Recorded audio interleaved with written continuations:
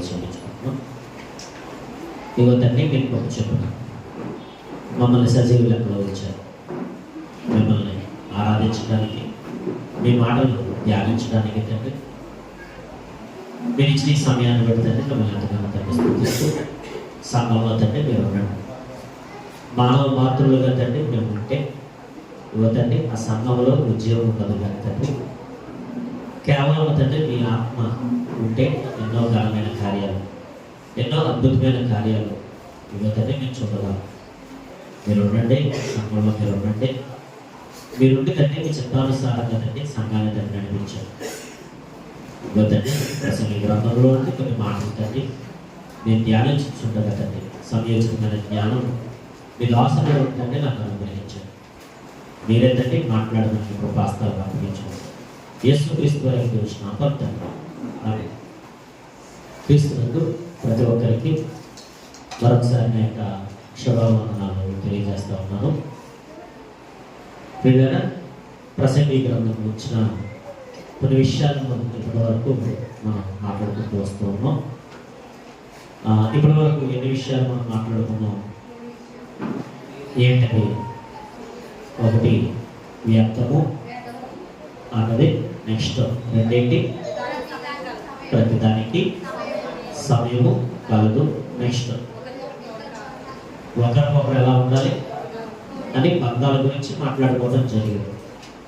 మనకు ఒకరు అవసరం లేదు అని అనుకోకుండా నాకేంటి వాళ్ళతో నాకు పని ఏంటి, నేను మాట్లాడాల్సిన పని నాకేంటి అని మాట్లాడుతూ ఉంటాను. కానీ మనిషి అవసరం మనిషికి ఉంది. అందుకే దేవుడేమన్నాడు, నరుడు ఒంటరిగా ఉండుట మంచిది కాదు. అందుకే దేవుడు ఈ బంధాలను ఇచ్చాడు. కాబట్టి బంధాల విలువ తెలుసుకోవడం అనే విషయాన్ని మాట్లాడడం ఎంతమంది గుర్తుందా? గుర్తులేదా? పెట్టలేదా? వినకపోతే కర్మ, ఏం చేయడం. తర్వాత తదుపరిగా ఏం ఆలోచించాం? ఇనుప ఆయుధము అన్నటువంటి అది ఒకవేళ మొద్దుగా ఉంటే దాని వల్ల ఏం జరుగుతుంది? ఫలితం అన్నది రాదు. కనుక మనం ఏం చేయాలి అంటే పదును పెట్టాలి. ఆయుధానికి ఏం చేయాలి? పదును పెట్టాలి. ఒక వ్యవసాయం చేసే రైతు పదును పెడతాడు, గొడవలకి ఫలితాన్ని ఎక్కువగా పొందుతాడు. కనుక మన శ్రమకి ఏం తోడవాలి? జ్ఞానం అన్నది తోడవాలి. మన కుటుంబానికి ఏం తోడవాలి? జ్ఞానం అన్నది తోడవాలి అన్నటువంటి విషయాలను మనం మాట్లాడుతాం. అయితే ఈరోజు కూడా ఒక చక్కటి విషయాన్ని మనం ఆలోచించే ప్రయత్నం చేద్దాం. కనుక బుక్ అన్నది మెయింటైన్ చేయండి. మీరు చదువుకున్నప్పుడు ఏమన్నా డౌట్స్ వస్తే అవి కూడా రాసుకునే ప్రయత్నం చేయండి. ఎందుకంటే మన సంఘం బైబిల్ మీద ఏం కలిగి ఉండాలి? ఒక చక్కటి అవగాహన కలిగి ఉండాలి అన్నది దేవుడు ఇచ్చినటువంటి తలంపును బట్టి మీతో మాట్లాడడం జరుగుతుంది. అయితే ఈరోజు కూడా ఒక చక్కటి విషయాన్ని మనం ఆలోచిద్దాం. ప్రసంగి గ్రంథము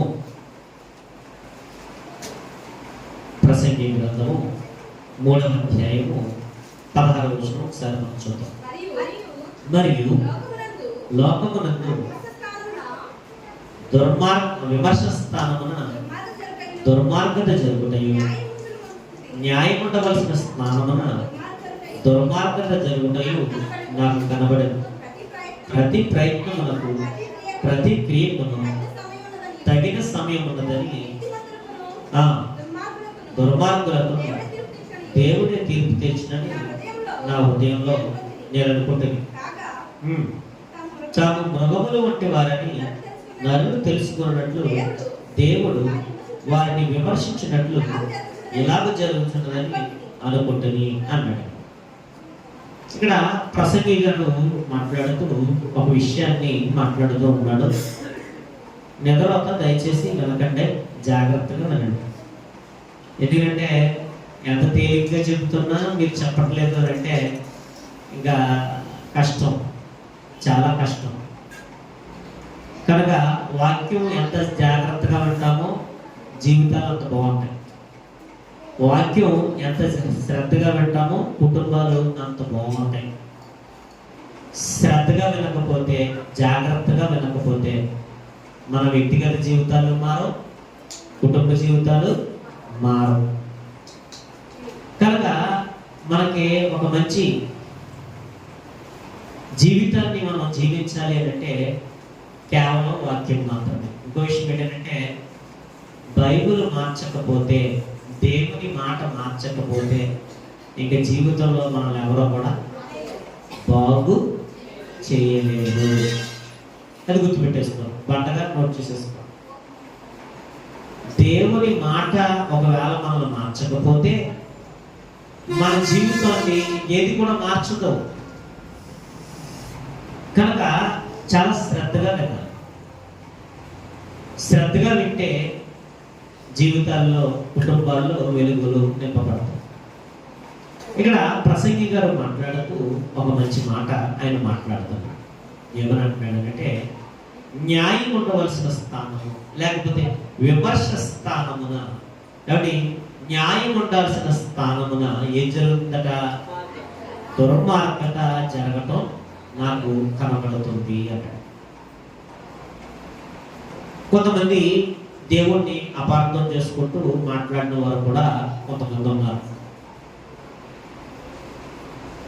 ఇన్ని నేరాలు జరుగుతుంటేనండి, ఇన్ని ఘోరాలు జరుగుతుంటే దేవుడు ఏం చేస్తున్నాడండి?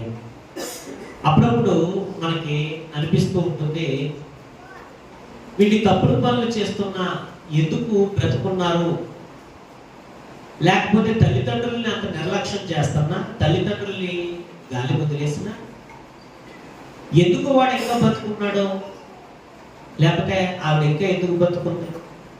లేకపోతే ఇంత పాపం కూడా కట్టుకుంటున్నారు కదా, పాపాల మీద పాపాలు చేస్తున్నారు కదా, దేవుడి సన్నిధికి వస్తున్నారు కదా, వాక్యం వింటున్నారు కదా, వాళ్ళు బుద్ధులు మార్చుకోవటం లేదు కదా, ఎందుకు వాళ్ళు ఇంకా దేవుడు చల్లగా చూస్తున్నాడు? అంటే ఒక సగటు మనిషికి ఉన్నటువంటి కొన్ని ఆలోచనలు అన్నవి ఏముంటా ఉంటాయి. మానవులు తప్పులు చేస్తున్నప్పుడు వాళ్ళు ఎందుకు ఇంకా బాగున్నారు? వాడి కాళ్ళకి ఎందుకు పడుకోలేదు? వాడి చెయ్యికి ఎందుకు పడుకోలేదు? ఇన్ని తప్పులు జరుగుతున్నప్పుడు, ఇన్ని దుర్మార్గాలు జరుగుతున్నప్పుడు కొంతమంది అనుకుంటారు, మమ్మల్ని ఎవరు ఏమంటలేదు, మమ్మల్ని ఎవరో ఏం చేయలేరు, మాకు నచ్చినట్టుగా మేము జీవిస్తాము అన్న ధైర్యం తప్పు చేసేవాడికి కలుగుతుంది. పొరపాట్లు చేసేవాడు ఇంకా పొరపాట్లు చేసుకుంటూ పోతున్నాడు, ఆలోచించేవాడు ఆలోచిస్తున్నాడు, ఆలోచన లేనివాడు ముందుకు వెళ్ళిపోతున్నాడు. కొన్ని సందేహాలు అనేవి ఉంటాయి. హబక్కూ గ్రంథంలో కూడా మనకు తెలుసు, ప్రవక్త కూడా ఏంటి ఇలా జరుగుతుంది ఏంటి అని సందేహం ప్రవక్త గారి గురించి కూడా మనం చూస్తాం. ఇక్కడ ప్రసంగి గారు ఒక విషయాన్ని ఆలోచిస్తున్నాడు. ఆయన రాజుగా ఒక విషయాన్ని ఆలోచిస్తున్నాడు. ఏం ఆలోచిస్తున్నాడు అంటే, న్యాయం ఉండాల్సిన స్థానంలో ఏం జరుగుతుందట? దుర్మార్గత జరుగుతుంది. ఇప్పుడు సంఘంలో కూడా ఏముండాలి? ప్రేమ ఉండాలి, సంఘములో సత్యం ఉండాలి, సంఘములో పరిశుద్ధులు ఉండాలి, సంఘములో పవిత్రులు ఉండాలి. సంఘములో వచ్చేవారు ఎలాంటి ఆలోచన భావాలతో రావాలి? సంఘములో ఉండాల్సిన విధానం సంఘంలో ఉండలేదు, న్యాయం జరగాల్సిన చోట న్యాయం జరగట్లేదు. ఈ గందరగోళమైనటువంటి ఈ గజిబిజి జీవితాలలో, గందరగోళమైనటువంటి ఈ వ్యవస్థలో మనం ఉన్నప్పుడు కొంతమంది ఆలోచిస్తూ ఉంటారు. ఏమని ఆలోచిస్తూ ఉంటారంటే, వాళ్ళు ఇంకా ఇలా పొరపాట్లు జరుగుతున్నా దేవుడు ఎందుకు మౌనంగా ఉంటున్నాడు? తప్పు చేస్తున్నా దేవుడు ఎందుకు మౌనంగా ఉంటున్నాడు? దేవుడు ఎందుకని వాళ్ళకి శిక్ష విధించట్లేదు? దేవుడు ఎందుకు అలా వదిలేశాడు? అన్యాయం జరుగుతున్నప్పుడు ఎందుకు అలా వదిలేశాడు అన్నటువంటి సందేహాలు అన్నవి కొంతమంది ఆలోచనకర్తలు ఎవరైతే ఉన్నారో కొంతమంది ఆలోచించే వాళ్ళు కనబడతా ఉన్నారు. ఒక ఆయన అనేవాడు, ఎప్పుడు అనేవాడు, మా ఆవిడకి ఏం జరగట్లేదు ఏంటంటే అనేవాడు. గతంలో మనకి చెప్తారు, ఏం జరిగిపోవాలి అని అంటే, తనకి జరిగిన అన్యాయాన్ని బట్టి ఏమనేవాడు అంటే, ఏదోటి జరిగిపోవాలి, ఏదోటి జరిగిపోవాలి, ఏదోటి జరిగిపోవాలని కోరుకునేవాడు. అలా అనకూడదండి, మనం అలా కోరుకోకూడదు. నేను ఎంత చెప్పినా ఆ పాటనే ఆయన దగ్గర నుండి వచ్చింది. ఎందుకంటే ఆయన హృదయంలో ఉన్న భావం ఏంటంటే నాకు జరిగిన అన్యాయం ఉంది. అన్యాయం చేసేవాడు చేస్తూ ఉన్నాడు, న్యాయంగా బ్రతికేవాడు న్యాయంగా బ్రతుకుతున్నాడు, యథార్థంగా ఉండాలనుకున్నవాడు యథార్థంగా ఉంటున్నాడు, లంచం తీసుకోవాలనుకున్నవాడు లంచం తీసుకుంటున్నాడు. కాబట్టి ఏదో ఒక క్రియ అంటే మానవ జీవితంలో జరుగుతూ ఉంది. మంచి చేసేవాడు మంచి చేస్తున్నాడు, చెడు చేసేవాడు చెడు చేస్తున్నాడు. ఈ మానవ జీవితంలో జరుగుతున్నటువంటి ఈ కార్యక్రమాలు ఏవైతే ఉన్నాయో ప్రసంగి గారు జ్ఞానంతో ఆలోచించడం మొదలుపెట్టాడు. తాగేవాడు తాగుతున్నాడు, తిరిగేవాడు తిరుగుతున్నాడు. కొంతమంది అంటూ ఉంటారు, అంటే నాకు ఏ అలవాటు లేదండి, నాకే వచ్చిందండి, ఆడికి అన్ని అలవాట్లు ఉన్నాడు బాగా ఉన్నాయండి. అంటే ఈడు బాధ ఏంటి? అదేంటి ఆడికి ఏం ఫాలో చేయబడిపోతే బాగుండు, నాకు మాత్రం బాగుంది, నాకు మాత్రం బాగోలేదు, ఆడికి బాగుందండి. మనిషి ఏంటంటే తప్పు జరిగిన వెంటనే ఒక శిక్షా విధిలోనికి వెళ్ళిపోవాలి. ఒక పొరపాటు జరిగిన వెంటనే దేవుడు ఏదో ఒకటి చేసేయాలి.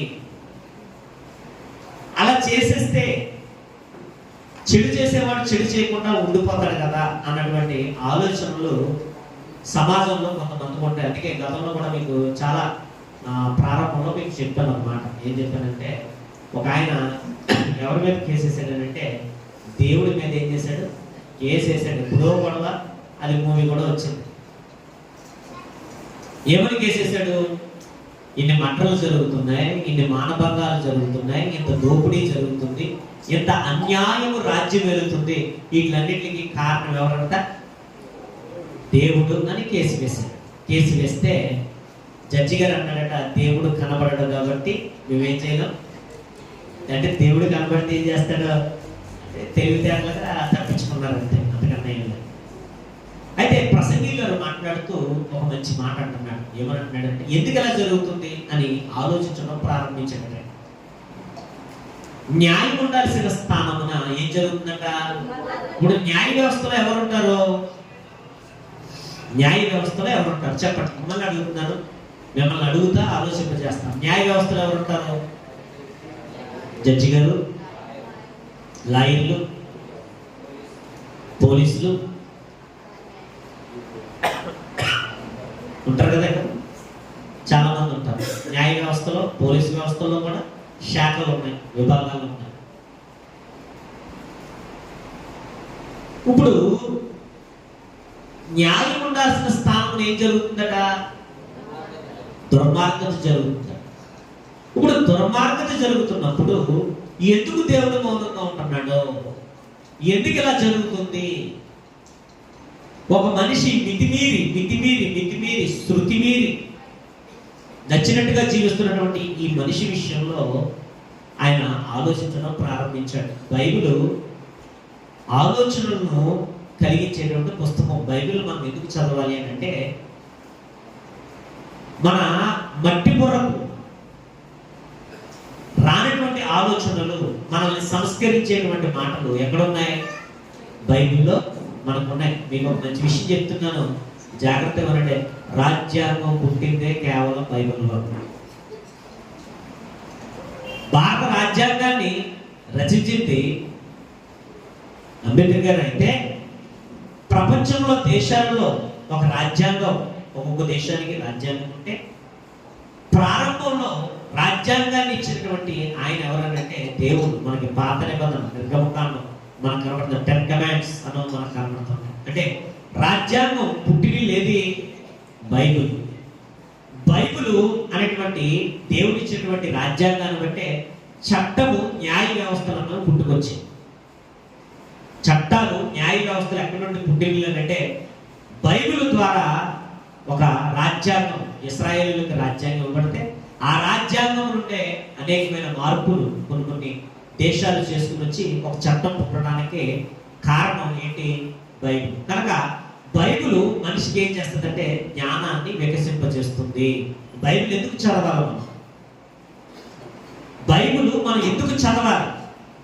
ఎందుకు చదవాలంటే చక్కటి జ్ఞాన సంగతులను బైబిల్ నేర్పిస్తుంది. మానవుని యొక్క జీవితం వికసింపజేస్తుంది. మానవుడు ఆలోచనలో పడేలాగా బైబిల్ చక్కటి విషయాలను మరి రూపొందించడం జరిగింది దేవుని ద్వారా, దేవుడు ఏర్పాటు చేసుకున్నటువంటి భక్తుల ద్వారా. ప్రసంగి గారు, జ్ఞాని అయినటువంటి ప్రసంగి గారు ఆలోచిస్తున్నప్పుడు ఏం జరుగుతుంది, కొన్ని విషయాలు జరుగుతున్నప్పుడు ఏం జరుగుతుంది అని అంటే చెప్తున్నాడు. న్యాయం ఉండాల్సిన స్థానంలో ఏం జరుగుతుందట చూద్దాం. రాజుల మొదటి గ్రంథము 21వ అధ్యాయము, రాజుల మొదటి గ్రంథము 21వ అధ్యాయము 9వ వచనం ఒకసారి మనం చూద్దాం. రాయించినదేమనగా జరగవద్దని చాటించి నాబోతును జనులు ఎదుట నిలవబెట్టి, నీవు దేవుడిని రాజును దూషించుతమని అతని మీద సాక్ష్యం పొందుటకు పనికి మాలిన ఇద్దరు మనుషులను సిద్ధపరచుడి. తీర్పు అయిన మీదట అతనికి బయటికి తీసుకుని పోయి రాళ్లతో చావగొట్టుడి. అతని పట్టణపు పెద్దలను, పట్టణమందు నివసించు సామంతులను, యెజబెలు తమకు పంపిన తాకీదు ప్రకారంగా ఏం చేశారట, జరిగించరి అని. ఇక్కడ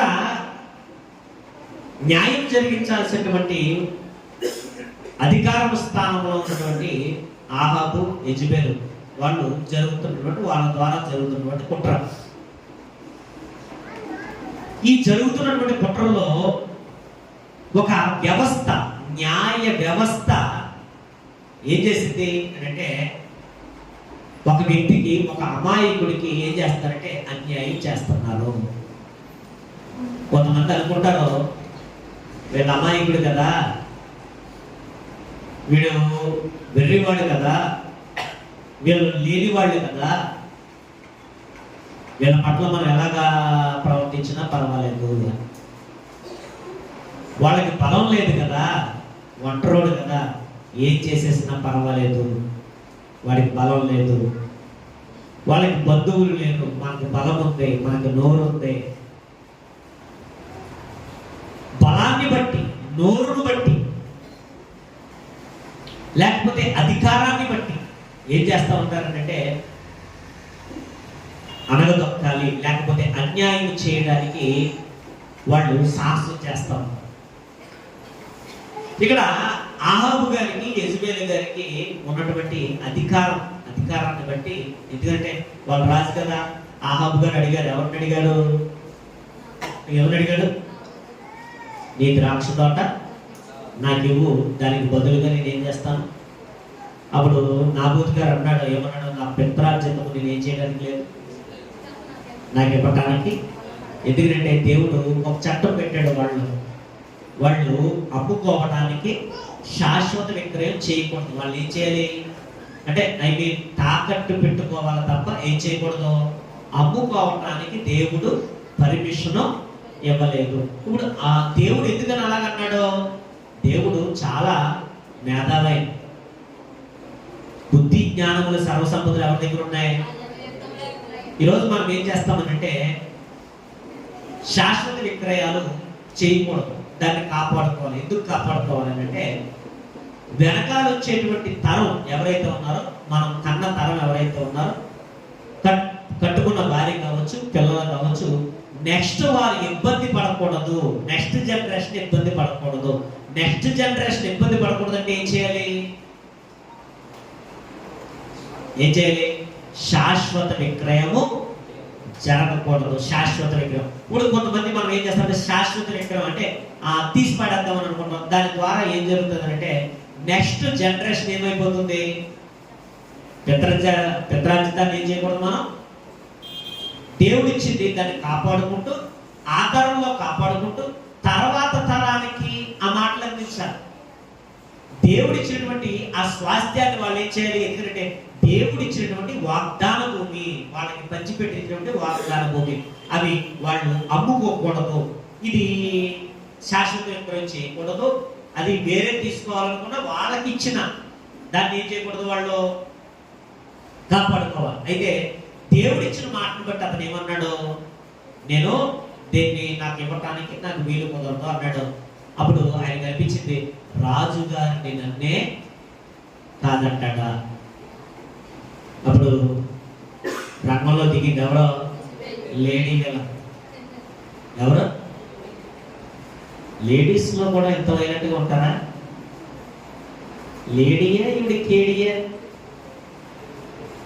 కేడి. లేడీలో కేడి నెంబర్ 1 ఎవరో? యెజబెల్. మరీ ఎంత వైలెంట్గా ఉంటారా అనుకుంటాం. కొంతమంది ఆడవాళ్లే కదా అనుకుంటాం, చాలా వైలెంట్గా ఉంటారు కొంతమంది. లేడీ విలన్ దిగింది. Lady villain. భర్త తప్పు చేస్తే సరి చేయవలసిన భార్య ఏం చేస్తుంది?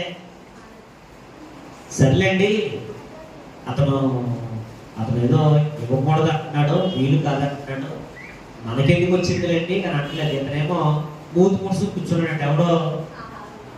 ఈయన మూతి ముడుసు కూర్చోవడం ఏంటి, ఈవిడ వెంటవడం ఏంటి, నువ్వు చేతకాని ఎదవలా నువ్వు కూర్చోవడం ఏంటి, ఆవిడ వచ్చి నీకు సలహాలు ఇవ్వడం ఏంటి? 3 సలహాలు.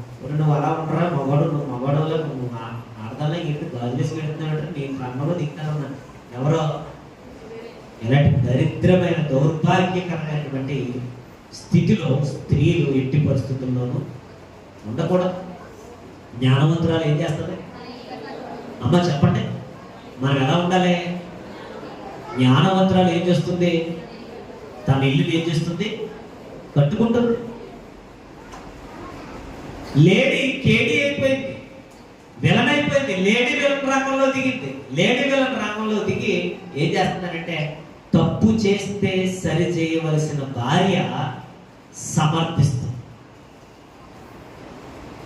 ఆ తప్పుడు ఛాయలకు మనం వెళ్ళకూడదు అని చెప్పాల్సినటువంటి భార్య ఏం చేస్తుందంటే, నువ్వు అలా పక్కనుండు, నేను చూసుకుంటాను, మ్యాటర్ అంతా నీకు నడిపిస్తాను, నీకు కావాల్సింది ఆ భూమే కదా, నేను రంగంలో దిగుతాను. రంగంలో దిగింది అంటే న్యాయము జరగవలసిన చోటున ఏం చేస్తా ఉన్నదే? ఏం చేస్తుంది? అబద్ధ సాక్ష్యం నిలబెట్టింది. ఇప్పుడు కోర్టుకి ఎప్పుడైనా మీరు గమనించారో లేదో, న్యాయదేవతకు ఒక ఆవిడ ఉంటుంది. ఆ న్యాయదేవతను ఏం చేస్తారో? కళ్ళకి ఏం చేస్తారు? గంతలు కట్టేస్తారు. ఇప్పుడు న్యాయ వ్యవస్థ ఎలా తీర్పు తీర్చాలి? చూసిన దాన్ని బట్టి తీర్పు తెలుస్తుందా, విన్న దాన్ని బట్టి తీర్పు తెలుస్తుందా? విట్నెస్ ఎవరైతే ఉన్నారో మనం చూడలేదు, అక్కడ జరిగిందేదో మనకు తెలియదు. ఇప్పుడు ఆ జరిగిందేదో మనకు తెలియదు, ఆ తెలియనిది ఏదైతే ఉందో విట్నెస్ సాక్షులు రావాలి. సాక్షులు వచ్చి సాక్ష్యం చెప్తే ఏం చేస్తుంది ప్రభుత్వం? శిక్ష విధిస్తుంది. అప్పుడు జడ్జి గారు వాదోపవాదాలు జరిగిన తర్వాత అక్కడ ఏం జరుగుతుంది? జడ్జిమెంట్ అన్నదే జరుగుతుంది. ఇప్పుడు యాక్చువల్గా మీరు ఆలోచించండి, అధికారం దేవుడు ఎందుకు ఇచ్చాడు? అసలు ఒక న్యాయ వ్యవస్థలో జడ్జిగా ఉండాలి అని అంటే దేవుడు ఎందుకు నియమించాడు? ఒక పోలీస్గా దేవుడు ఎందుకు నియమించాడు? ఒక లాయర్గా దేవుడు నిన్ను ఎందుకు చేశాడు అంటే, ఒక పదవిలో, ఒక అధికారములో, ఒక ఎమ్మెల్యే కావచ్చు, ఒక ఎంపీ కావచ్చు, లేకపోతే సీఎం ఎవరైతే పదవులు ఉన్నాయో పదవులు కావచ్చు, గవర్నమెంట్ తరఫున పదవులు ఏవైతే ఉన్నాయో ఆ పదవులను దేవుడు మనకి ఎందుకు ఇచ్చాడు అని అంటే, దేవుడు మనల్ని ఎందుకు ఆ స్థానంలో ఉంచాడు? ఆ ఉంచినప్పుడు మనకు ఒక దేవుడు ఒక అధికారం ఇచ్చినప్పుడు ఆ అధికార స్థానంలో మనం ఉన్నప్పుడు మనం ఏం చేయాలని చెప్తుంది వాక్యం? న్యాయం జరిగించాల్సిన చోట ఏం జరగాలి? న్యాయమే జరగాలి. అన్యాయం ఏం చేయకూడదు, చేయడానికి వీల్లేదు. అయితే సొలొమోను గారు మాట్లాడుతున్నాడు కదా, న్యాయము జరగాల్సిన చోట ఏం జరుగుతుందట? దుర్మార్గం జరుగుతుంది, అన్యాయం జరుగుతుందట, అవినీతి జరుగుతుందట, లంచాలు తింటున్నారట, క్రమం పోయిందట. అంటే ఇలాంటి పరిస్థితులు ఇవన్నీ చూస్తున్నట్ట. చూసి ఎందుకు ఇలా జరుగుతుంది? దేవుడు ఎందుకు మౌనంగా ఉంటున్నాడు? దేవుడు ఎందుకు మౌనంగా ఉంటున్నాడు? దేవుడు మౌనంగా ఉంటున్నాడనే కదా ఎవరి కాళ్ళు రెచ్చిపోతున్నారు.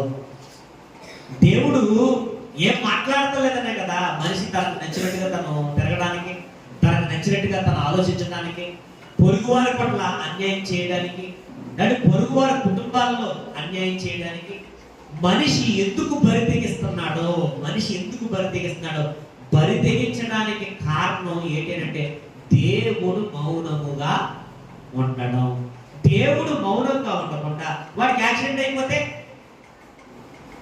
దేవుడు మౌనంగా ఉండకుండా అది పక్షపాతం వచ్చేస్తే, దేవుడు మౌనముగా ఉండకుండా ఏదో ఒకటి వాళ్ళని చేసేస్తే, ఒరే పలానా రోజు నీ తప్పు చేశాడు, వెంటనే చూసావా దేవుడు ఏం చేశాడు, శిక్ష వేసేసాడు అని ఒక మార్పు ప్రజల్లో వస్తుంది కదా.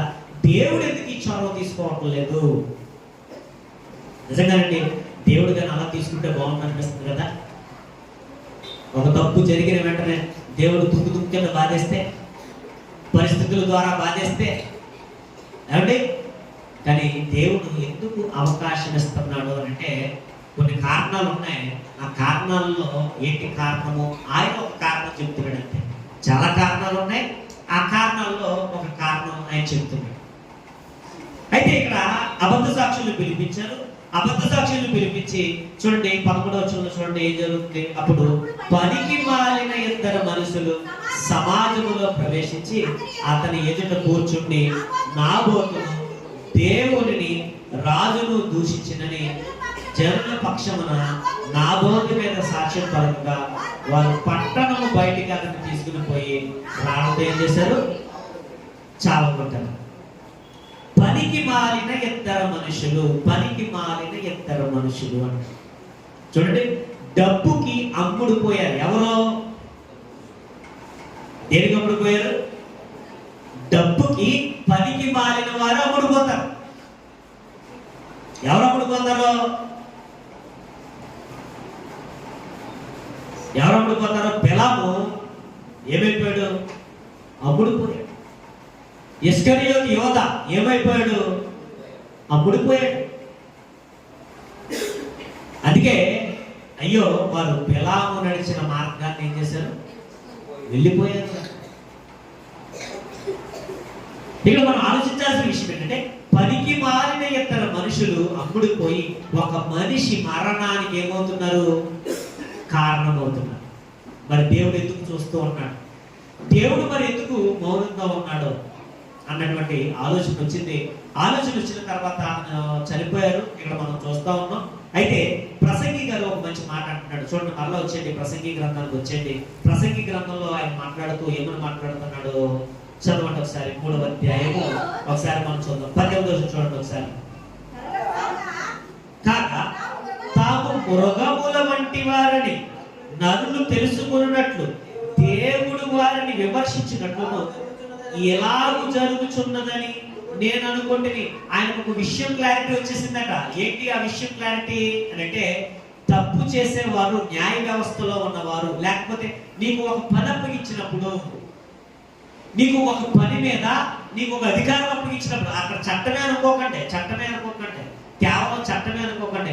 మనం చేసేది ఏ పనైనా కావచ్చు. అది ఒక కుటుంబంలో నీకున్న అధికారం, ఒక భర్తగా నీకు అధికారం కావచ్చు, భార్యగా నీకు అధికారం కావచ్చు, లేకపోతే ఒక కొడుకుగా, లేకపోతే ఒక కూతురుగా కావచ్చు, లేకపోతే నువ్వు ఉన్నటువంటి విధులు ఏవైతే ఉన్నాయో, నువ్వు చేస్తున్నటువంటి ఉద్యోగం ఏదైతే ఉందో, నువ్వు చేస్తున్నటువంటి పనులు ఏవైతే ఉన్నాయో, ఆ పనుల మీద దేవుడు మనకి ఏమి ఇచ్చాడు?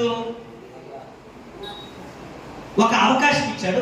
అవకాశం ఇచ్చినప్పుడు న్యాయము జరగాల్సిన చోట ఏం జరగాలట? న్యాయమే జరగాలట. ఒకవేళ అలా జరగట్లేదట. ఇప్పుడు అలా జరగనప్పుడు ఏంటి అని ఆలోచించినప్పుడు ఆయన ఒక మాట అంటున్నాడు, నరులు మృగముల వంటి వారని. దేవుడట, దేవుడే కొన్ని సందర్భాలలో పట్టించుకోనట్టు కనబడుతుందట. ఎందుకు పట్టించుకున్నట్టు కనబడుతుందంటే మన అసలు రంగేను బయట పెట్టడానికి. నీకు అర్థమవుతుందా? ఇప్పుడు నీకు ఈ పని ఉంది కదా, ఈ పనిలో నువ్వు ఎలా ఉంటావు? నువ్వు నమ్మకంగా ఉంటావా? ఒక ఉద్యోగం ఉంటే ఆ ఉద్యోగంలో నువ్వు నమ్మకంగా ఉంటావా? ఒక సంఘం ఉంటే సంఘంలో నిన్ను దేవుడు ఒక స్థానంలో ఉంచాడు. ఆ స్థానంలో ఉన్నప్పుడు నువ్వు నమ్మకంగా ఉంటావా? ఒక వ్యాపారం దేవుడు మనకి ఇచ్చాడు. ఆ వ్యాపారంలో మనం నమ్మకంగా ఉంటామా? ఉండవా? ఒక చట్టం ఇచ్చాడు. ఆ చట్టంలో ఒకవేళ నువ్వు అధికారిగా ఉన్నావు, ఒక పోలీసుగా నువ్వు ఉన్నావు. పోలీసుగా ఉన్నప్పుడు నువ్వు లంచాలు తీసుకుంటావా? తీసుకోవా? ఒక లాయర్గా ఉన్నావు, ఒకవేళ న్యాయ పక్షాన్ని మాట్లాడుతున్నావా, లేకపోతే అన్యాయ పక్షాన్ని మాట్లాడుతున్నావా? నీ జీవితంలో మన జీవితంలో దేవుడు ఒక అవకాశం ఇచ్చినప్పుడు, ఒక పని ఇచ్చినప్పుడు, లేకపోతే ఒక కుటుంబం ఇచ్చినప్పుడు, లేకపోతే నీకు సంతానం ఇచ్చినప్పుడు దేవుడు పరీక్షించడం మొదలు పెడుతున్నాడట. ఏమని మొదలు పెడుతున్నాడో? వదిలేస్తున్నాడట. నిన్ను వదిలేస్తున్నాడట. ఏం చేస్తాడో చూద్దాం. ఆవిడ ఉంది కదా, ఏం చేస్తాడో చూద్దాం. మీకు ఎప్పుడన్నా గమనించారో లేదో తెలియదు కానీ మనకి ఒక గుడ్ విల్ అన్నది ఉంటుంది. చదువుకునేటప్పుడు కూడా మనకి సర్టిఫికెట్ మీద టీచర్ గారు ఏం చేయాలి తెలుసా, హెడ్ మాస్టర్ ఏం చేయాలి తెలుసా, మనకి వాళ్ళు గుడ్ అన్నటువంటి సర్టిఫికెట్ వాళ్ళు ఇవ్వాలి. ఒకవేళ టీచర్ గారు కానీ, అంటే ఆ హెడ్ మాస్టర్ కానీ ఒకవేళ మన సర్టిఫికెట్ మీద ఒక ముద్ర వేసేసాడు అనుకోండి, ఏంటి, ఈ స్టూడెంట్ కానీ మంచి వ్యక్తి కాదు, ఇతని వల్ల ప్రమాదం ఉందని ఒక రెడ్ మార్క్ వేసాడు అనుకోండి, భవిష్యత్తులో అతను చదువుకోవడానికే లేదు, ఉద్యోగం చేయడానికి లేదు. ఒక గుడ్ విల్ అనేది ఉంటారు. మీకు ఇంకా మీరు బాగా ఆలోచించండి. మనం విదేశాలు వెళ్ళాలనుకోండి, విదేశాలు వెళ్ళాలనుకున్నప్పుడు కూడా మనకి ఏ మార్క్ ఉండకూడదు? రెడ్ మార్క్ అన్నదే ఉండకూడదు. వీళ్ళ మీద ఏ కేసులు లేవు, వీళ్ళు ఎవరికి ఎటువంటి ఇబ్బంది కలిగించరు, వీళ్ళు ఎవరికి ఎటువంటి హాని కలిగించరు అన్నటువంటి ముద్ర ఎవరి మీద ఉండాలి? చూడండి, అంటే మనము వెళ్ళిపోతున్నాం, మనకు నచ్చినట్టుగా మనం వెళ్ళిపోతున్నాం, మనకి నచ్చినట్టుగా మనం ఆలోచనలు తీసుకుంటున్నాం, కానీ మనం చేసేటువంటి పనిపాట్ల గురించి మనం ఆలోచిస్తున్నామా? ఆహాబు గారికి అధికారం ఇచ్చింది ఎవరో? దేవుడే. యెజెబెలు గారికి ఇద్దరికి అధికారం ఇచ్చింది ఎవరో? దేవుడే. మరి దేవుడే అధికారం ఇచ్చినప్పుడు కొన్నిసార్లు అన్యాయం జరుగుతున్నప్పుడు దేవుడు ఎందుకు మౌనంగా ఉన్నాడో? ఎందుకు మౌనంగా ఉన్నాడట? ఒరే బాబు, నువ్వు మనిషివి కాదురా, నువ్వు మృగముగా నీ బుద్ధి ఏంటో తెలియడానికే నిన్ను వదిలేస్తాడట. నువ్వు మనిషిలా బ్రతుకుతావా లేకపోతే మృగంలా బ్రతుకుతావా? నువ్వు మనం మనుషులమా మృగాలమా చెప్పండి? ఈరోజు మనుషులమైతే మన గురించి మనం ఆలోచించుకోవాలి. కానీ కొంతమంది ఎలా ప్రవర్తిస్తారంటే మృగాలలాగా ప్రవర్తిస్తూ ఉంటారు. నిన్ను కేకేస్తాడు నీ ఫ్రెండ్, తాగుదాం రమ్మంటాడు, నువ్వేమంటావు? ఏమంటావు చెప్పు? నాకు బలవంతంగా పోస్తే, నువ్వు బలవంతంగా పోస్తే తాగుతున్నావు అని నువ్వు అంటావు. కానీ దేవుడు ఆ ఫ్రెండ్ని నీ దగ్గరికి పంపించాడు. ఆయనే వదిలేసాడు, నీ దగ్గరికి వస్తున్నాడు, చూస్తున్నాడు. సాతాను గారిని ఎవరు అనుమతిస్తారో తెలుసా? సాతాను నన్ను బాగా ఏం చేస్తుంది? ఈరోజు నీ దగ్గరికి అవకాశాలు వెతుక్కుంటూ వస్తాయి, నా దగ్గరికి అవకాశాలు వెతుక్కుంటూ వస్తాయి. ఏదో ఒక తప్పు చేయడానికి, మనిషి ఏదో ఒక తప్పు చేయడానికి సాతాను మన దగ్గరికి వస్తాడు. అది డబ్బు రూపంలో రావచ్చు, లేకపోతే ఒక వ్యక్తి రూపంలో రావచ్చు, లేకపోతే ఒక మద్యం రూపంలో రావచ్చు. కానీ నీ దగ్గరికి అవకాశం వస్తుంది చూసావా? ఆ అవకాశాన్ని దేవుడు గమనిస్తూ ఉంటాడు. ప్రారంభములో ఆదాము అవ్వల దగ్గరికి ఎవరు వచ్చారు? అపవాది వచ్చింది. అపవాది ఎవరిని పర్మిషన్ అడిగింది? దేవుణ్ణి పర్మిషన్ అడిగే వచ్చింది. ఇప్పుడు దేవుడు పరీక్షిస్తున్నాడు. ఆ పరీక్షలో ఆదాము ఏం చేస్తాడో అవ్వ ఏం చేస్తాడు, ఇద్దరు ఏం చేశారు? నీకు అర్థమవుతుందా? ఇప్పుడు మన అసలు రంగేదో బయటపడాలి. నీకు ఒక పని ఇచ్చినప్పుడు ఆ పనిలో నువ్వు నమ్మకంగా లేవంటే నీ రొంగేటో బయటపడాలి, అసలు రొంగేటో బయటపడాలి. అందుకంటారు కదా ఓసర వెళ్ళి అంటారు. ఓసర వెళ్ళి అంటే ఏంటి? చర్చి రంగు, బయటికి వెళ్ళాక బయట రంగు.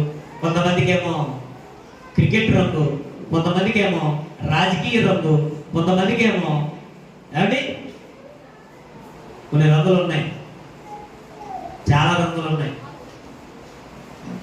ఆ రంగులను ఏం చేసుకుంటున్నారు? ఆ రంగులు జీవితాల్లో వాళ్ళు అనుభవిస్తున్నారు. నీకు ఇచ్చిన పని ఏదైతే ఉందో ఆ పనిలో మనం ఎలా ఉంటున్నాం, దేవుడే మనకి ఏమిస్తున్నాడట? ఏం చేస్తున్నాడు? అవకాశం ఇస్తున్నాడట. ఇప్పుడు మనిషిలా నువ్వు ప్రవర్తిస్తున్నావా, మృగంలా నువ్వు ప్రవర్తిస్తున్నావా?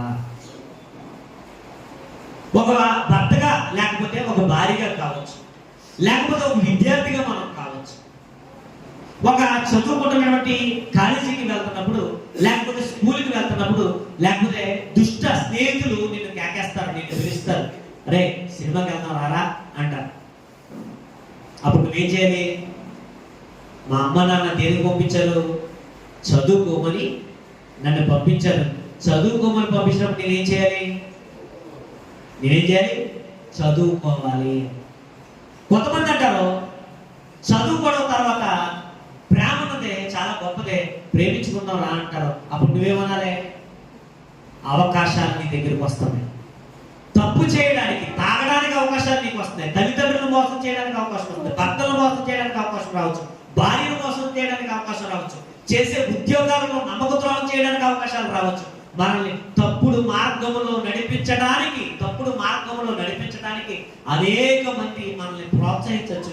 అలా ప్రోత్సహించే క్రమంలో మన దగ్గరకు వచ్చినప్పుడు మనం ఎలాంటి ప్రవర్తన కలిగి ఉన్నాము, మన రొంగేంటో బయట పెట్టడానికి, మన బుద్ధేంటో బయట పెట్టడానికి దేవుడు ఏం చేస్తాడో?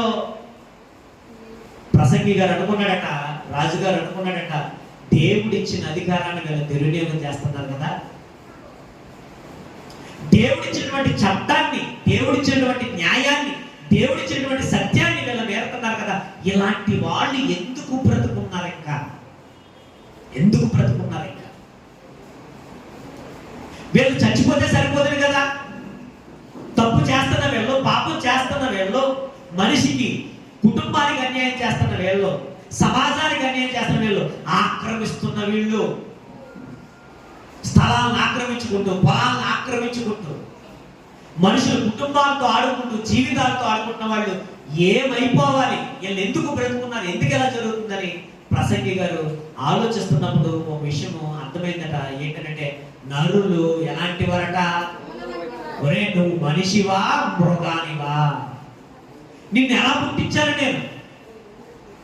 పుట్టించాను? మనిషిలాగా మానవత్వంతో ఉండవలసిన నీవు, సాటి మనిషిని ప్రేమించవలసిన నీవు, సాటి మనిషికి సహాయం చేయవలసిన నీవు, న్యాయం జరిగించవలసిన నీవు అన్యాయం జరిగిస్తున్నావు కదా, నువ్వు మృగంగా మారిపోయావు కదా, నీ బ్రతుకు, నీ రంగు బయట పెట్టడానికి ఇప్పుడు దాకా నేను ఊరుకున్నాను, మౌనంగా ఉన్నాను అనుకుంటున్నాడే. మనం ఏమనుకుంటున్నాం? నాకు అన్యాయం చేశారంటే ఇంకెందుకు జరగలేదు, నాకు కాలు చేయి ఎందుకు పడిపోలేదు అనుకుంటున్నాం. కాలు చెయ్య పడిపోవడానికి ఇంకా టైం ఉంది అన్నట్టే. నీకు అర్థమవుతుందా? టైం ఉంది. మనం చేసే ప్రతి పొరపాటుకి టైం ఉంది అంటున్నాడు కదా. చూడండి ప్రసంగి గారు మాట్లాడితే ఏమంటున్నాడు చూడండి. ఏమంటున్నాడు 17 చూడండి. ప్రతి ప్రయత్నమునకును ప్రతి క్రియలకును తగిన సమయం ఉన్నదని నీతిమంతులకును దుర్మార్గులకును దేవుడే తీర్పు తీర్చిందని నా హృదయంలో నేనేం చేశాను? రాబాయ్, దేవుడు ఏంటో నీకు అర్థమైతే తప్పు చేయడానికి భయపడతావు. ఒక పోలీస్కి భయపడే నువ్వు, ఒక లాయర్కి భయపడే నువ్వు, ఒక జడ్జికి భయపడే నువ్వు, ఒక న్యాయ వ్యవస్థకి భయపడే నువ్వు, ఆ న్యాయ వ్యవస్థలో న్యాయం జరగకపోతే చెప్తున్నాడు, న్యాయ వ్యవస్థలో ఉన్నవారైనా న్యాయ వ్యవస్థలో లేని వారైనా అందరికి మోకమ్మడిగా ఒక టైం చెప్తున్నాడు. ప్రసంగి గారు మాట్లాడుతున్నాడు, అబ్బాయి ప్రతి దానికి ఏముంది? టైం ఉంది. ప్రతి దానికి మనం చేసే ప్రతి పొరపాటుకి మన రంగు బయట పెడతాడట. మన రంగు బయట పెట్టి ఆ రంగు ఏదైతే ఉందో మన అసలు రంగు ఏంటి? రంగు మేలి బంగారం ఉంది, డూప్లికేట్ బంగారం ఉంది. ఇప్పుడు మేలిమి బంగారం ఎక్కడికి వెళ్తుంది? ఖజానాలోకి వెళ్తుంది, లేకపోతే లాకర్లోనికి వెళ్తుంది. డూప్లికేట్ బంగారం ఉంటుంది. ఆ డూప్లికేట్ బంగారం ఏదో ఒరిజినల్ బంగారం ఏదో పరీక్షించటానికి దేవుడు కొన్ని మన దగ్గరికి తీసుకొస్తాడు.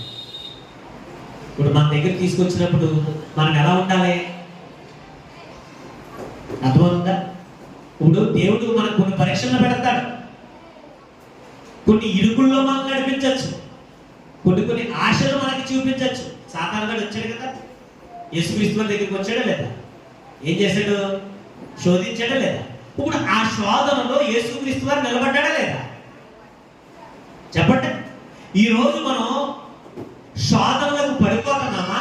శోధనను జయించడానికి మనం నిలబడ్డామా?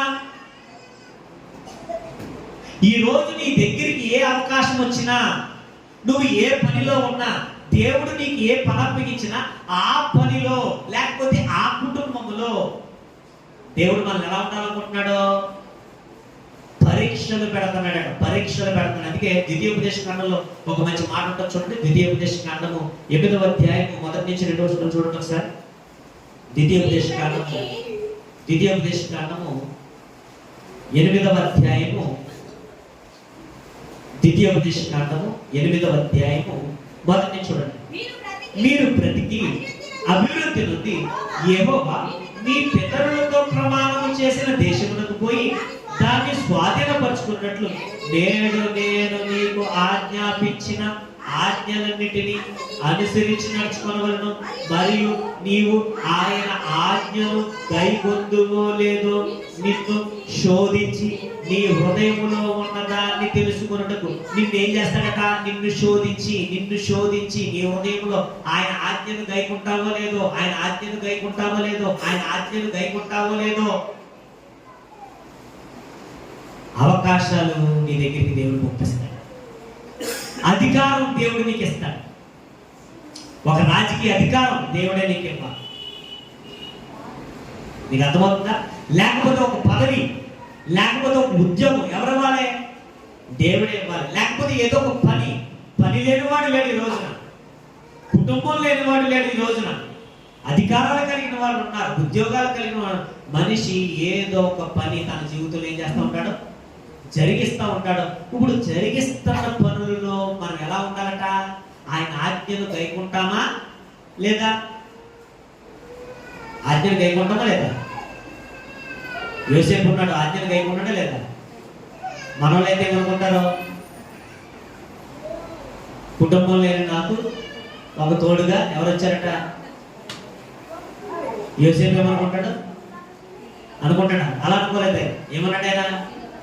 దేవుడు నాకు ఇచ్చిన ఆజ్ఞ నేనేం చేయను మేరను అన్నాడు. బిలాము ఏం చేశాడు? గెహజీ ఏం చేశాడు? గెహజీ అవకాశాన్ని ఎత్తుక్కుంటూ వెళ్ళిపోయాడు. కొంతమంది అవకాశాలను ఎత్తుక్కుంటూ వెళ్ళరు, కానీ అవకాశాలు ఏం చేస్తూ ఉంటాయి? కొంతమంది ఏమో తప్పు చేయడానికి అవకాశం వెతుక్కుంటూ కొంతమంది వెళ్ళిపోతారు. కొంతమందికి అవకాశాలు దగ్గరగానే వస్తాయి. ఇప్పుడు అవకాశాలు వచ్చినప్పుడు ఆ అవకాశాలని ఏం చేద్దాం అనుకుంటున్నావు? చూడట్లేదు కదా, దేవుడు ఏం మాట్లాడతలేదు కదా, మౌనంగా ఉన్నాడు కదా అని అనుకుంటున్నావు కదా. ప్రసంగి గారు అంటున్నాడు, నువ్వు ఏమనుకుంటున్నావు తెలుసా? నాకు తెలుసు, నాకు అధికారం ఉంది, నన్ను ఎవరు ఏం చేయలేరు. నేను న్యాయం చేయాలనుకుంటే చేస్తాను, అన్యాయం చేయాలనుకుంటే చేస్తాను. ఎవరెలా పోతే నాకేంటి? కుటుంబంలో వాళ్ళు ఎలా పోతే నాకేంటి? సమాజం ఎలా పోతే నాకేంటి? నేను నా స్వార్థం కోసం నేను ఎలాగైనా బతికేస్తాను నువ్వు అనుకుంటున్నావు కదా. ఒక విషయం ఒకసారి ఆలోచించు. ప్రతి దానికి ఏముంది? సమయం ఉంది. నీ రొమ్మును బయట పెట్టడానికే నేను మౌనంగా ఉన్నాను. ఇప్పుడు ఆదాములో తప్పు చేసేటప్పుడు దేవుడు రాలేదు. ఎప్పుడు వచ్చాడు? సినిమా అయిపోయిన తర్వాత వచ్చాడు. ఏ సినిమా? ఆదాము, అవ్వ, అవ్వది అన్న క్యారెక్టర్, 3 క్యారెక్టర్లు ఉన్నాయి. ఆ క్యారెక్టర్లో అంతా అయిపోయిన తర్వాత వచ్చాడు. ఏమని? నీ బుద్ధి ఇప్పుడు బయటపడిందిరా. ఏంటి నీ బుద్ధి బయటపడింది? తింటావో లేదో అని నిన్ను టెస్ట్ చేశాను. నువ్వేం చేసావు? మన జీవితానికి పరీక్షలు ఎదురవుతూ ఉంటాయి. తప్పు చేయడానికి మన జీవితంలో పరీక్షలు ఎదురవుతూ ఉంటాయి. మన జీవితం అంతా పరీక్షలే. ఈ పరీక్షలలో ఫెయిల్ అవుతున్నామా, పాస్ అవుతున్నామా? ఒక ఆయన అన్నాడు, ఏమన్నాడంటే దేవుడిని అంటాకేమన్నాడంటే, ఒక ఆయన అన్నాడు, అసలు పంట ఎందుకు వేసాడంటే దేవుడు అని. అసలు పంట వేయడం వల్లే కదా మంచి చెడుల తెలుగు నుంచి వృక్షఫలం ఇవ్వబట్టే కదా ఆదాము అవ్వలు తప్పు చేశారు. ఆదాము అవ్వలు తప్పు చేయకుండా ఉండాలంటే ఏం చేయాలి? మంచి చెడుల వృక్షఫలము వేయకూడదు. తప్పు ఎవరిదే? మిమ్మల్ని బాగా అడుగుతున్నాను, మీరు బాగా అర్థం చేసుకోండి. సంవత్సరం అంతా చదువుతాము, చివరిని ఏం పెడతారో? ఏం చేస్తారు? ఎగ్జామ్స్ పెడతారు. ఆ ఆ ఎగ్జామ్లో అసలు రంగు బయటపడుతుంది. బాగా చదువుతున్నాను మమ్మీ, సూపర్ మమ్మీ, అదిరిపోతుంది రిజల్ట్ చూడు మమ్మీ అని. డాడీ రిజల్ట్ చూడు డాడీ, ఎంత గొప్పగా ఉంటుందో, చాలా బాగా చదివాను డాడీ, కంబైన్డ్ స్టడీ చేశాను డాడీ, బయటికి పోయి కంబైన్డ్ స్టడీ చేస్తాం. కంబైన్డ్ స్టడీ అంటే బయటికి పోయి చేసేది స్టడీ. కొంతమంది ఏమో మందు, కొంతమంది ఏమో చిందు, కొంతమంది ఏమో విందు, ఇలాంటి కంబైన్డ్ స్టడీ. మన కుర్రోళ్ళు అక్కడ మా ఇంటికాడ కుర్రోళ్ళు ఆడుకున్నాం. ముగ్గురు కుర్రోళ్ళు ఆడుతున్నారు. ఏంటంటే పబ్జీ ఆడుతున్నారు. నేను చాలాసార్లు చూస్తున్నాను, ఆ తమ్ముళ్ళతో మాట్లాడదాం అనిపిస్తుంది. మన వాళ్ళు కొన్నంత శ్రమ నాకు అక్కడ ఉండదు కదా. ఎప్పుడైనా మాట్లాడాలంటే చెత్త పారబోసామన్నాడు, చెత్త పారబోసామని అలాగే చెత్తకేం మాట్లాడుతున్నారు. చాలా టైం అయింది. తమ్ముళ్ళు ఎందుకురా ఆరోగ్యం పాడైపోతుంది, పని పాటే ఉంది. పని పాట ఉంటే ఆరోగ్యం పాడైపోతే శుభ్రంగా ఎన్ని గంటల దాకా మాట్లాడుతున్నాము, 1 గంటల దాకా ఆడతామని. ఓకే ఓకే, మరి ఆరోగ్యం పాడైపోతాం, పని పాడైపోతాయి, నైనంతా ఆడతాం, పడతానేమో కొడుకుంటాం. సర్లే ఎవరు ఆడుతున్నారంటే, అదే నేను ఆ పల్లెలో కూడా ఉన్నారు కదా, అదే మీరు చచ్చిపోతారు కదా, వాళ్ళే ఆడుతున్నారు అన్నయ్య. ఎవరు వాళ్ళ పేర్లు చెప్పరా అన్నారు. చెప్పారు పేరు, చెప్దాం చెప్పి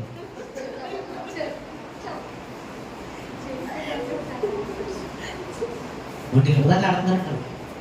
వాళ్ళ పేర్లు చెప్పారు, అంతే చెప్పదు వాళ్ళ తర్వాత. దేవుడు నీకు ఇచ్చిన సమయాన్ని సద్వినియోగం చేసుకుంటావా, దుర్వినియోగం చేసుకుంటున్నావా? 1 గంట దాకా ఆడతావా? దేవుడు నీకు ఇచ్చిన సమయాన్ని ఏం చేస్తున్నావు? దేవుడు నీకు ఇచ్చిన సమయాన్ని ఏం చేస్తున్నావు? దొంగేస్తున్నావా, సద్వినియోగం చేసుకున్నావా?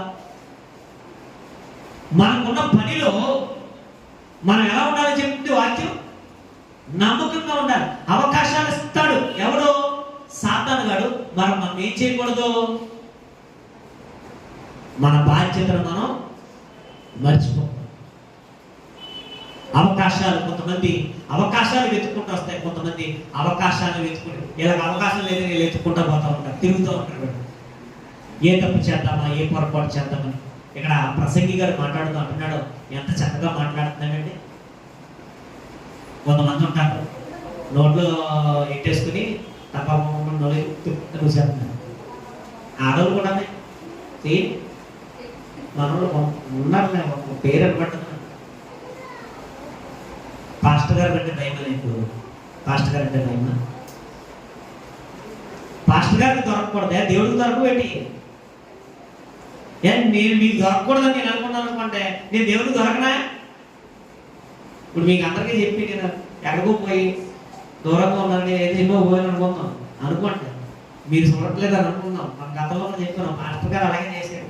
కొంతమంది ఇలాంటి వాళ్ళ వల్ల దేవుడి నామానికి అవమానం అంటే మొఖాన్ని గొడ్డ కట్టేసి తిరిగిపోతాడు.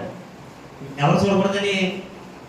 విశ్వాసం చూడకూడదని. అంటే విశ్వాసం చూడరు, దేవుడు చూడటా? ఏం చెప్తాడు? మళ్ళీ ఇక్కడికి వచ్చి ఎదిగినకి వచ్చి ఏం చెప్తాడు? దేవుడు చూస్తున్నాడు, నిన్ను గర్తిస్తున్నాడు, వచ్చేస్తాడు, ఇచ్చేస్తాడు. మరి నువ్వేం చేస్తున్నావు? అంతే కదా. ప్రసంగికుడికైనా భయం ఉండాలి, దేవుడికైనా ఉండాలి, అదే మనకైనా విశ్వాసకైనా ఉండాలి, భయం ఉండాలి. ఎందుకంటే దేవుడు మనల్ని పరీక్షిస్తున్నాడు. ఎగ్జామ్లో చూడండి, లాస్ట్ పరీక్షలు పెడతారు. పరీక్షలు పెట్టినప్పుడు ఫలితాలు వస్తాయి. ఆ ఫలితాలలో మనం ఏమైపోతున్నాం? చదివేమో లేదా ఎక్కడ తెలిసిపోతుంది? ఎన్ని పాస్ అయ్యారు అంటే అన్ని పాస్ అయిపోయారంటే లేదండి 3 పాస్ అయ్యాను, 4 ఏమైపోయాను? ఫెయిల్యూర్ అయిపోయాను. 5 పాస్ అయ్యాను, 1 ఏమైపోయాను? ఫెయిల్యూర్ అయిపోయాను. మరి మనం ఏ విషయాల్లో మనం ఫెయిల్యూర్ అయిపోతున్నాం? అక్కడ న్యాయ వ్యవస్థలో పోలీసులు ఫెయిల్ అయ్యారు, అక్కడ జడ్జి ఫెయిల్ అయ్యాడు, అక్కడ మొత్తం వ్యవస్థ అంతా ఫెయిల్యూర్ అయింది అధికారాన్ని బట్టి. మరి ఇప్పుడు సంఘంలో కూడా ఏముండాలి? సంఘములో పరిశుద్ధత ఉండాలి. పరిశుద్ధత ఉండాల్సిన స్థానంలో పరిశుద్ధత ఉందా సంఘంలో? మన పేరు పెట్టడం దేవుడు ఏం చెప్పండి? పేరేంటి? మన పేరేంటి? శుద్ధులేనా? పరిశుద్ధులమేనా? పరిశుద్ధ పరిశుద్ధులు కాకపోతే తర్వాత వస్తాయి బుద్ధులు. అర్థమంటే పరిశుద్ధత ఉండాల్సిన స్థానమున ఏముండాలి? ఇక్కడ సంఘములో ఏముండాలంటున్నాడు దేవుడు? పరిశుద్ధత ఉండాలి. సంఘములో ఏముండాలంటే పవిత్రత ఉండాలి. సంఘములో ఏముండాలంటే న్యాయం ఉండాలి. సంఘములో ఏముండాలంటే ప్రేమ ఉండాలి. ప్రేమ ఉండాల్సిన స్థానంలో ఏమి లేదు, ఈరోజు ప్రేమ లేదు. పవిత్రత ఉండాల్సిన స్థానంలో ఏమి లేదు, పవిత్రత లేదు. మనం అనుకుంటున్నాం కదా అక్కడ గడువు లేదు, ఇప్పుడు సంఘం దగ్గరికి వచ్చేయండి, ఇప్పుడు సంఘం దగ్గరికి వచ్చేయండి. మనం అంతా ఎక్కడున్నాం ఇప్పుడు? అమ్మా ఎక్కడున్నాం మనం? ఏమన్నా సంఘంలో ఉన్నాం కదా, మనంతా సంఘంలో ఉన్నాం కదా. ఇప్పుడు సంఘములో ఉన్న మనం ఎలా ఉంటున్నాం? మనం అనుకుంటున్నాం కదా ఏం చేసినా పర్వాలేదు, ఎవరో చూడట్లేదు, 3వ గంటకి తెలియదు, లేకపోతే 4వ గంటకి తెలియదు, 5వ గంటకి తెలియదు, లేకపోతే కంబైన్డ్ గా మనం ఉన్నాం. రే నువ్వు చెప్పకరా, రే పాస్టర్ గారు నువ్వు చెప్పుకో, రే పాస్టర్ గారు నువ్వు చెప్పుకో అని చెప్పుకునే వాళ్ళు కూడా ఉంటారు. అబద్ధం చెప్పరా పాస్టర్ గారితో పర్వాలేదు, చెప్పే ఆయనకి తెలిసేటి. ఆయన అమ్మ దేవుడా, ఎవరో మేమేం దేవుడు ఏం కాదులే, చెప్పు ఏం పర్వాలేదు, ఏ అబద్ధం చెప్తావో చెప్పు, ఏ మోసం చేస్తావో చెయ్యి, ఏ అమ్మ మోసం చేస్తావో చేసుకో, ఎన్ని అబద్ధాలు ఆడుకో, ఇబ్బంది ఏముంది. కానీ ఒక ఆయన చూస్తున్నట ప్రతి దానిని ఏం చేస్తాడట? Final judgment. మనందరికీ ఏముందట? Final judgment. నీకు ఫైనల్ జడ్జిమెంటే, నాకు ఫైనల్ జడ్జిమెంట్ ఉందట. మనకి మనం చేసే పనులను బట్టి ఫైనల్ జడ్జిమెంట్ ఉందట. Final judgment. ఆ ఫైనల్ జడ్జిమెంట్ కి న్యాయవాది ఆయనే, జడ్జిమెంట్ ఇచ్చేది ఆయనే, అంటే వాదించేది ఆయనే, తీర్పిచ్చేది ఆయనే. చెప్తూ ఒక మంచి మాట ఉంటుంది చూడండి. ఆ కొరింథీయులకు రాసిన 2వ పత్రిక 5వ అధ్యాయము, కొరింథీయులకు రాసిన 2వ పత్రిక 5వ అధ్యాయము 10వ వచనం. కొరింథీయులకు రాసిన 2వ పత్రిక 5వ అధ్యాయము 10వ వచనం. కొరింథీయులకు రాసినటువంటి 2వ పత్రిక 5వ అధ్యాయము 10వ వచనం. ఎందుకనగా తాను జరిగించిన క్రియలు చెప్పున అవి మంచివైనను సరే చెడ్డమైనను సరే దేహముతో జరిగించిన వాటి ఫలమును ప్రతి వాడును పొందినట్లు మనమందరమును క్రీస్తు న్యాయపీఠం ఎదుట మనము ప్రత్యక్షము కావలెను. వింటున్నారా? అర్థమవుతుందా? జాగ్రత్తగా వినండి, చాలా జాగ్రత్తగా వినండి. ఫైనల్లోకి మనం వచ్చేసాం. ఏంటంటే ఆ ఫైనల్లో చాలా సందర్భాలు ఉన్నాయి, కానీ సమయాన్ని బట్టి మీకు చెప్తున్నాను. నరులు మృగము, నువ్వు మనిషిగా బ్రతుకుతున్నావా మృగంగా బ్రతుకుతున్నావు? ఈరోజు దేవుడు మాట్లాడుతున్నాడు, మనం బ్రతకాల్సింది ఎలా కాదు, మృగాలలాగా కాదు. మనం ఎలా బ్రతకాలంటే మానవత్వం అన్నదే గుట్టిపడాలి. మనలో మానవత్వము వెరజల్లాలి. మనము మనుషుల్లాగా మనం ఆలోచించాలి. నిండు వలె నీ పొరుగు వారిని చెప్పాడు, ప్రేమించు. నిండు వలె నాకేం జరగాలనుకుంటానో అవతల పక్క వ్యక్తి కూడా అలా జరగాలి అనుకుంటారట. నేను నా కుటుంబం బాగుండాలనుకున్నాను, ఎదుటి కుటుంబం కూడా ఎలా ఉండాలనుకోవాలి, బాగుండాలనుకో. నా కుటుంబంలో నాకు ఇచ్చిన బంధాలు ఏవైతే ఉన్నాయో, భార్య కావచ్చు, పిల్లలు కావచ్చు, కుమార్తె కావచ్చు, కొడుకు కావచ్చు, నాకున్నటువంటి బంధాలు ఏవైతే ఉన్నాయో, నేను కావచ్చు, నేను ఎలా ఉండాలనుకుంటున్నానో అవతల పక్క వాళ్ళు కూడా అలా ఉండాలి అని అనుకోవాలంట. అలా ఉండాలనుకున్న వాళ్ళు ఏం చేస్తారట? మనిషిలా బ్రతుకుతారు. లేకపోతే ఎలా బ్రతుకుతారు? మృగాలలాగా బ్రతుకుతారు. ఒకవేళ మన రంగు కానీ మన అసలు రంగు బయటపడితే ఆ పరీక్షలు ఏవైతే ఉన్నాయో, ఎగ్జామ్స్ జరుగుతాయి. మనిషి జీవితంలో మనందరికీ ఎగ్జామ్స్ ఉన్నాయి, పరీక్షలు ఉన్నాయి, మనందరికీ పరీక్షలు ఉన్నాయి. ఈ పరీక్షలలో మీలో లేదో మనలో నిలబడే వాళ్ళు ఎంతమంది? దేవుడు పెట్టిన పరీక్షలలో నిలబడేవాడు ఎంతమంది? యథార్థంగా బ్రతికేవాడు ఎంతమంది? పవిత్రంగా బ్రతికేవాడు ఎంతమంది? మనలో ఎంతమంది మనం ఆ పరీక్షలలో మనం నిలబడటానికి సిద్ధంగా ఉన్నాం? పరీక్షల్లో నిలబడిన వారికే కదా ఉద్యోగం, పరీక్షల్లో నిలబడిన వారికే కదా గౌరవం. ఆ రోజు పరీక్షలలో ఆదామావులు ఓడిపోయాడు, తత్ఫలితంగా ఎండివేయబడ్డాడు.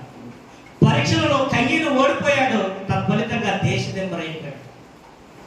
దేవుడు చెప్తున్నాడు, ఆలోచించండి. మనం ఆలోచింపజేసే మాటలు ప్రసంగి గారు మాట్లాడుతున్నాడు.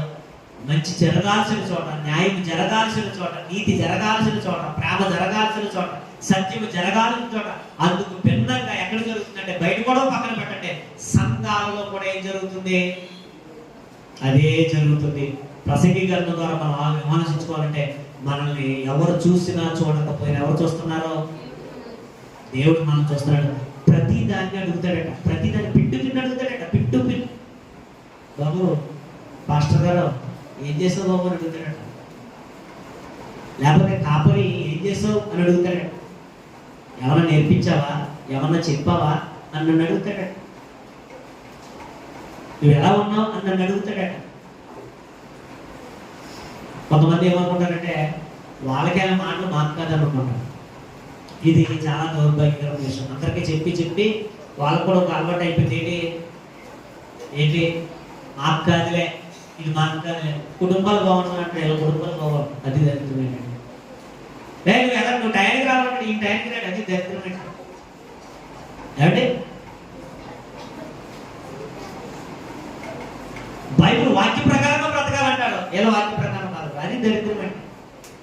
నీకు తీర్పు రాదా? నీకు దేవుడు తీర్పు తెచ్చినా అంటే దేవుడు మౌనంగా ఉన్నాడనే కదా, మౌనంగా ఉన్నాడే కదా, దేవుడు మాట్లాడలేదనే కదా నీకు నచ్చిన మాట్లాడుతున్నాం. మీరు అంటే ఎవరో దేవుడు అంటే ప్రతి ఒక్కరికి నేను అనుకోవాలి.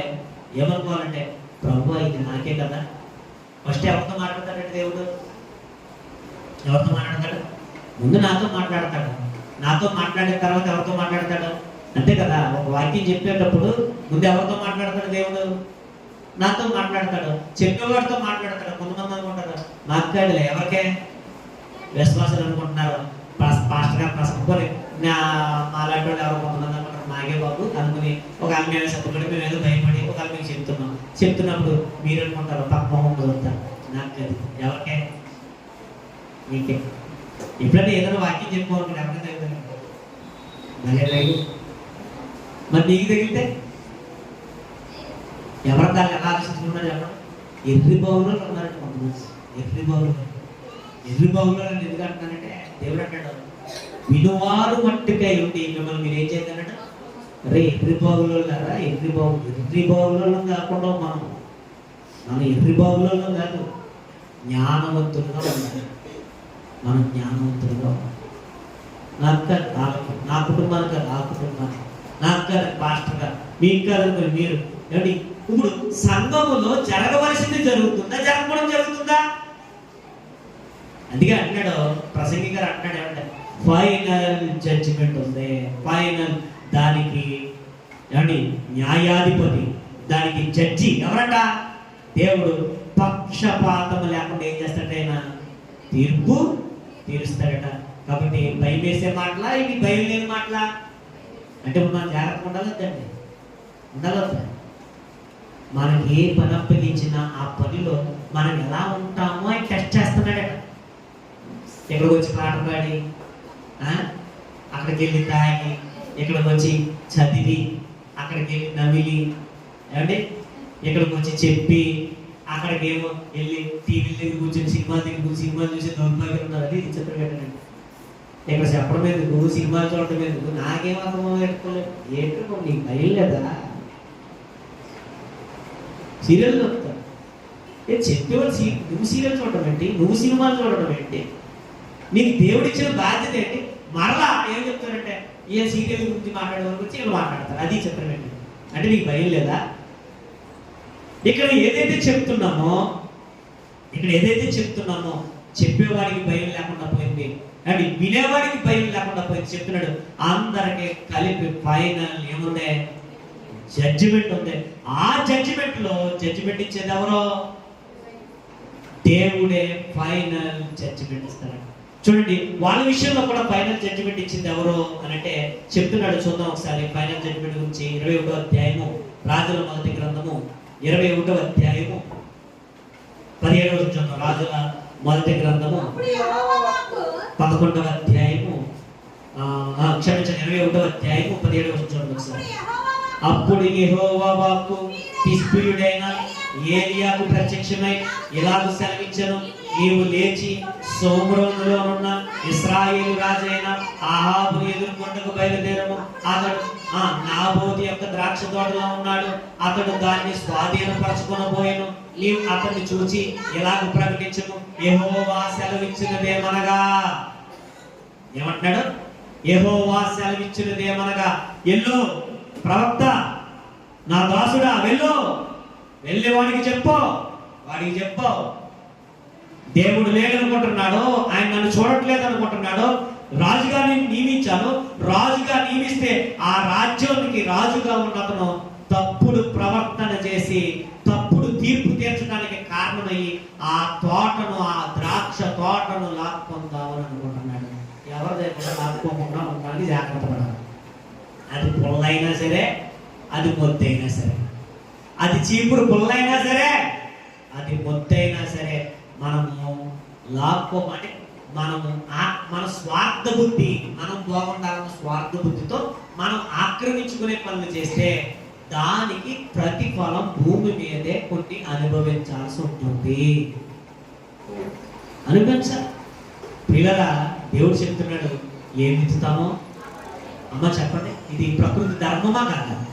చెప్పండి అమ్మ, ఆలోచించండి. ఇది ప్రకృతి ధర్మమా కాదా? ఏం విత్తుతామో ఆ పంటనే వస్తాం. ఒక ఆయన అన్నాడు, కోతురుడు మనిషి వచ్చాడని. కోతురుడు వచ్చాడా మనిషి? మనిషి విత్తితే మనిషే వస్తున్నాడు, కోతి విత్తితే కోతే వస్తుంది. అది ప్రకృతి ధర్మం. మామిడి విత్తితే మామిడే, అవునా కదా? తాటికాయ విత్తితే తాటికాయ, కొబ్బరి విత్తితే కొబ్బరి. ఇది ధర్మం. ఏం విత్తుతామో అది కోస్తాం, అది ధర్మం. ఇది ప్రకృతి ధర్మం. దేవుడు ఆ ధర్మం ద్వారా మనకు నేర్పిస్తున్నాడు. ఆ రోజు వాళ్ళు చేసేటువంటి తప్పిదానికి ప్రతిఫలం ఎవరు అనిపిస్తున్నారో చెప్పాడు. వెళ్ళు నా దాసుడా, వెళ్ళు, నువ్వు చెప్పు, వాళ్ళకి చెప్పు. ఏమో చెప్తాడు? ద్రాక్ష తోటను ఏం చేయబోతున్నాడు? అతను స్వాధీనపరచుకోబోతున్నాడు. నీవు అతను చూచి ఎలాగ ప్రకటించవలను, యెహోవా సెలవిచ్చినదేమనగా, నీవు స్వాధీనపరచుకోవలనని నీవు నాబోతుని చంపితివి కదా. యెహోవా సెలవిచ్చినదేమనగా, ఏ స్థలమందు కుక్కలు నాబోతు రక్తమును నాకెను, ఆ స్థలమందే కుక్కలు నీ రక్తమును నిజముగా నాకునని అతనితో చెప్పాను. ఎవరినైతే చంపించావో, ఎవరి రక్తం అయితే కుక్కలు నాకాయో, ఇదిగో అదే కుక్కలు అదే స్థలమందు ఏం చేస్తాయి? నీ రక్తాన్ని ఏం చేస్తాయి? ఫైనల్ జడ్జిమెంట్ ఎవరిచ్చారు? ప్రియ సహోదరుడా, సహోదరి, ఆలోచించు, మార్చుకో. దేవుడి మాటలు మనిషి జీవితాన్ని మారుస్తాయి, అవి ఉపయోగపడతాయి. ఇప్పుడు సంఘంలో ఏముండాలి చెప్పండి? మన సంఘంలో ఏముండాలి? సంఘం సత్యానికి ఏమన్నాడో, సంఘం ఎలా ఉండాలన్నాడు? సత్యానికి స్తంభమై ఉండాలి, ప్రేమకు నిలయమై ఉండాలి. మనం ప్రేమలు ఉన్నాయా? ఏ ప్రేమలు ఉన్నాయో ఆ ప్రేమలు ఉన్నాయా? ఇప్పుడు లేవులే, అప్పుడు ఉన్నాయి. ఏ ప్రేమలు ఉన్నాయి? ఆ ప్రేమలు ఉన్నాయి. ఏ ప్రేమలో? ఆ ప్రేమలో కాదమ్మా. ఏ ప్రేమలో ఉండాలి? ఒకరినొకరము ఏ ప్రేమలో? ఆ ప్రేమలో కాదు. కొన్ని సంఘాలు అలాగే కదా. ఇప్పుడు సంఘములో ఏముండాలి? ఉండలేదు. చర్చిలో ఏముండాలి? చర్చిలో ఒక రూపం. చర్చికి వెళ్ళిపోయిన తర్వాత నీ అసలు రంగు బయట పెడతాడు. చర్చికి వచ్చి ఏం చేస్తున్నామో చెప్తాడు. ఇక్కడికి వచ్చి జాగ్రత్తగా విని అక్కడ ఏం చేస్తామో చెప్తాడు. అది నిన్నైనా సరే, నన్నైనా సరే, దేవుడు సమస్తాన్ని చూడగలడు. మనకి పరీక్షలు పెడుతున్నాడు. కొన్ని అవకాశాలు మనం వెతుక్కుంటూ వస్తాయి. కొంతమంది అవకాశాలు వెతుక్కుంటూ వెళ్తారు తప్పు చేయడానికి. అవకాశం వచ్చినా అవకాశం రాకపోయినా మన క్యారెక్టర్ ఏం చేయకూడదు? మారకూడదు అని దేవుడు అనుకుంటాడు. అందుకే ఒక మంచి మాట ఉంటుంది, నిన్న నేడు నిరంతరం ఎలా ఉన్నాడైనా. మన దేవుడు అంటాడట, క్యారెక్టర్లో మార్పు లేనోడు. మన దేవుడు అంటాడు, క్యారెక్టర్లో మార్పు లేడు. మన దేవుడు క్యారెక్టర్లో మార్పు లేనాడు. ఎప్పుడు ఒకలాగే ఉన్నాడు ఆయన, ఎప్పుడు ఒకలాగే ఉన్నాడు, ఎప్పుడు ఒకలాగే. సంఘంలో మనం ఒకలాగా, సంఘం వెళ్ళిపోయిన తర్వాత ఒకలాగా, మాటిచ్చి ఒకలాగా, మాట తప్పు ఒకలాగా ఆయన ఉండడు. దేవుడు మంచి మాట ఉంటాడు. అవునంటే అవును. రూల్ పాస్ చేశాడు ఆయన. ఒక రూల్ పాస్ చేశాడు. ఆ రూల్ అంటే భయం లేదు ఈరోజు. దేవుడు ఒక రూల్ చెప్పాడు. నీ మాట అవునంటే అవును, కాదంటే కాదు. మనం కాదంటే అవును, అవునంటే కాదు. మనకు అర్థమైపోతుంది. అవునన్నారు మన దేవుడు నిన్న నేడు నిరంతరం ఎలా ఉన్నాడో ఏకరీతిగా ఉన్నాడు. మన ఎలా ఉండాలి? ఎక్కడ ఉన్నా స్టిల్ ఒకలాగే ఉండాలని వాక్యం చెప్తుంది. ఒకవేళ స్టిల్ అలా లేదో, మనం నిలబడలేదో, మన జీవితానికి ఫైనల్ జడ్జిమెంట్ ఉంది. ఆ ఫైనల్ జడ్జిమెంట్ లో న్యాయాన్ని తీర్చే ఆ న్యాయాధిపతి ఎవరో కనుక కొన్ని చూడనట్టుగా ఉన్నాడు, వదిలేశాడు కదా, ఆయన చేతకాడని అనుకో. దేవుడు చేత కానోడు అనుకోకో. నువ్వు తాగి నీ భార్యని తిట్టి, నీ కుటుంబాన్ని తిట్టి దేవుడు చేత కానోడు అనుకోకో. నువ్వు ఇష్టానుసారంగా రాష్ట్రమైన క్రియలు జరిగిస్తూ నన్ను ఎవరు చూడట్లేదులే, దేవుడు చేతకానుడు అనుకోకు. ప్రసంగి గారు అంటున్నాడు, ప్రసంగి గారు మాట్లాడుతున్నాడు, దేవుడు చేత కానివాడు అనుకోకు. ఫైనల్ జడ్జిమెంట్ ఉంది, ఫైనల్ జడ్జిమెంట్ ఉంది. ఆయన చేత కానివాడు కాదు అనుకోకు, ఆయన చేత కానివాడు కాదనుకోకు. నీ పనిలోనూ నమ్మకంగా ఉండు, నీ కుటుంబంలోనూ నమ్మకంగా ఉండు, సంఘంలోనూ నమ్మకంగా ఉండు. నమ్మకమైన వారికి మెండైనా దీవెనలు. దీవెనలు కావాలా, శాపాలు కావాలా? చెప్పండి, ఏం కావాలి మనకి? పరలోకం కావాలా, పాతాళం నరకం కావాలా? ఇట్స్ యువర్ చాయిస్ అన్నాడు దేవుడు. జీవ మార్గాన్ని మరణ మార్గాన్ని ఎదురుపెట్టాను, నువ్వేం కావాలంటే అది ఎంచుకుంటున్నాడు. ఎంచుకుందాం, ఆలోచిద్దాం. ప్రసంగి గ్రంథం ద్వారా కొన్ని విలువైన విషయాలు మనం నేర్చుకున్నాం. ఎప్పుడు కూడా మనం ఎలా ఉండాలంటే స్టిల్ ఒక మాట మీద మనం నిలబడడానికి మనం ప్రయత్నించాలి. అలా మనం అంతా ఉండాలి. ఆయన మాట వస్తున్నాం, తల వచ్చేది ప్రార్థిస్తున్నాం. మహాపరిషుద్ధుడా, మహోన్నతుడా, మహాగణుడ, మా ప్రియమైన ప్రేమ కలిగిన దేవ, దయగలిగిన దేవ, మీకు వేలాది స్తుతులు, స్తోత్రాలు. ఇప్పటి వరకు తండ్రి దాసులుగా కొన్ని మాటలు తండ్రి ధ్యానించడానికి తండ్రి మీకు కృప చూపించాను. మరి అర్థం చేసుకుని ఇదిగో తండ్రి వాక్యానుసారంగా బ్రతికే స్థితిని తండ్రి ప్రతి ఒక్కరికి అనుగ్రహించండి. యేసుక్రీస్తు వారికి దీవించిన తండ్రి, ఆమేన్. ప్రభు వల్ల కార్యక్రమంలోకి మా అంత కూడా